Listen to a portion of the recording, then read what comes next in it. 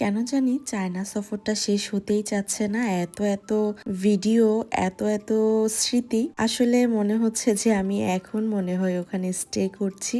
আর কেনই বা হবে না, এত মনোমুগ্ধকর একটা ট্রিপ আমার লাইফে ফার্স্ট টাইম আমি উপভোগ করলাম। তাই এই স্মৃতিগুলো আসলে শেষ হতেই চাচ্ছে না, ব্লগগুলো শেষ হতে চাচ্ছে না। চায়না থেকে এসেছি 3 মাস হয়ে গিয়েছে, কিন্তু এই স্মৃতিগুলো আমার মোবাইলে এখনো ঘুরছে। আর সবচেয়ে বড় কথা হচ্ছে বিজনেস ট্যুরের মধ্যে 10 দিনের একটা ট্রিপ, সেটা আসলে এত কম সময়ে আসলে শেষ করার মতোও না। আপনাদের সাথে কথা বলতে বলতে চলে এসেছি আমি চায়নার ক্যান্টন ফেয়ারে, যেটা ওয়ার্ল্ডের সবচেয়ে বড় একটা ফেয়ার। এই ফেয়ারে ঢুকলে পুরাই মাথা নষ্ট করা একটা ব্যাপার থাকে। পুরো পৃথিবীতে এমন কোনো প্রোডাক্ট নেই যে এই ফেয়ারে আপনি দেখতে পাবেন না। আপনার কাছে মনে হবে যে এই ফেয়ারে পুরো পৃথিবীর যত কিছু আছে সব কিছু একটা ছাদের নিচে। আর এই ফেয়ার আপনি কোনো একদিনে ঘুরে শেষ করতে পারবেন না। মোটামুটি মাসখানেক সময় হাতে নিয়ে গেলে আপনি এই ফেয়ারটা খুব সুন্দরভাবে উপভোগ করতে পারবেন। একটা ছাদের নিচে হেঁটে আপনি সোর্সিং করতে পাচ্ছেন, বায়ার পাচ্ছেন, সাপ্লায়ার পাচ্ছেন, ম্যানুফ্যাকচারার পাচ্ছেন, ফ্যাক্টরিতে যারা আছে তাদেরকে পাচ্ছেন। এক কথায় আপনি পুরো বিশ্বটা পেয়ে যাচ্ছেন একটা মাত্র ক্যান্টন ফেয়ারে। এক সাইড শেষ করে আমরা অপর সাইডে যাচ্ছি, আর এই টমটমগুলোতে করে আমরা অপর সাইডে যাচ্ছিলাম অন্য প্রোডাক্টগুলো সোর্সিং এর জন্য। যারা কিনা আগে থেকে বিজনেস করেন, যে কোনো সেক্টরে নিয়ে কাজ করছেন, তারা এক্স্যাক্টলি যে সেক্টরে কাজ করছেন সে সেক্টরে গিয়ে দেখতে পারেন। আর এছাড়াও যারা চিন্তা করছেন যে নতুন করে বিজনেস করবেন, বিজনেস আইডিয়া দরকার, তারা আসলে পুরো ফেয়ারটা ঘুরে তারপর ডিসাইড করতে পারেন যে আপনি কি করতে পারবেন। রিসেন্টলি আমাদের পেজ আমিরা পিওর হার্ব থেকে যারা প্রোডাক্ট পারচেস করেছেন তাদের উদ্দেশ্যে বলতে চাই, চাইনিজ যে ফর্মুলাটা আমরা নিয়ে এসেছিলাম ক্যান্টন ফেয়ার থেকে, এবং ওটাই আপনাদেরকে আমরা প্রোভাইড করছি। এইখানে বিস্কিটের সমাহার, আমি এত ভ্যারাইটিস বিস্কিট একটা জায়গায় আর কখনো দেখিনি।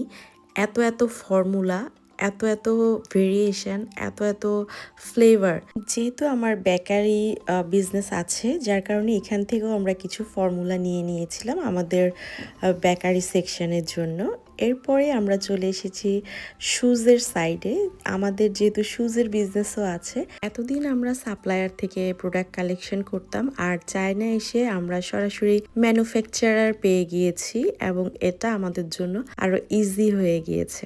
সকাল 9টা থেকে প্রায় 20 থেকে 30 কিলো মনে হয় হাঁটা হয়ে গিয়েছে এই ক্যান্টন ফেয়ারের ভেতরেই। এরপরে আমরা শুজের একটা ল্যাম্প শোতে অংশগ্রহণ করি।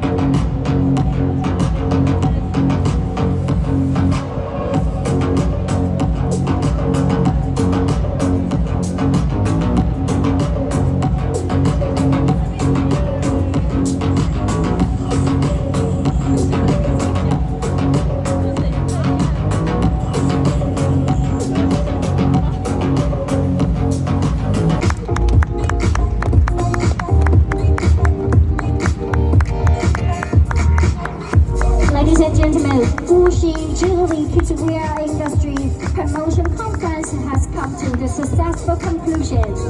We hope to take this promotion conference as the opportunity to build a bridge of friendship with friends at home and abroad, and further enhance understanding, strengthen communication, and promote exchanges and cooperation in higher level and wider fields. এক একটা ramp মডেলকে দেখে পুরাই মাথা নষ্ট অবস্থা। আমাদের দেশের top লেভেলের যে মডেলরা আছে তাদেরকেও একেবারে ছাড়িয়ে যাবে এরা। এরপরেই চলে গিয়েছিলাম আমরা ফুল বডি অটো মাসাজ যে মেশিনগুলো সেগুলো কিভাবে আমরা দেশে নিয়ে আসতে পারি সেটা একটু যাচাই বাছাইয়ের জন্য। এরপরে হাজবেন্ড ওয়াইফ দুইজনই মোটামুটি ঘন্টা খানেক এখানে ওদের সাথে মিটিং করেছি, প্লাস দুজনেই মাসাজ নিয়েছি। বিজনেসের খাতিরে না হলেও মাসাজ মেশিনগুলো আমি আমার বাসার জন্য হলেও নিয়ে আসব রিল্যাক্সেশনের জন্য। সবকিছু শেষে চলে গেলাম আমরা একটু টুকটাক খাবারের জন্য। আর খাবার খুঁজতে হলে অবশ্যই হালাল ফুড খুঁজতে হয় আমাদেরকে। এরপরে আসলে আমরা বিকেল 5টা বেজে গিয়েছে, আমরা চলে আসছিলাম বাসের কাছাকাছি। এই যা, আজকে তো ইন্ট্রো দিতেই ভুলে গিয়েছি। আসসালামু আলাইকুম, রিতাস র্যান্ডম ক্লিক থেকে চলে আসলাম চায়না ট্যুরের আরেকটা পার্ট নিয়ে। আজকের দিনের পুরো জার্নিটা আপনাদের সাথে কেমন গেল একটু জানাবেন। আর নেক্সট ব্লগ আসতে যাচ্ছে এই ক্যান্টন টাওয়ারের আশপাশে ভ্রমণের যে ব্লগটা সেটা।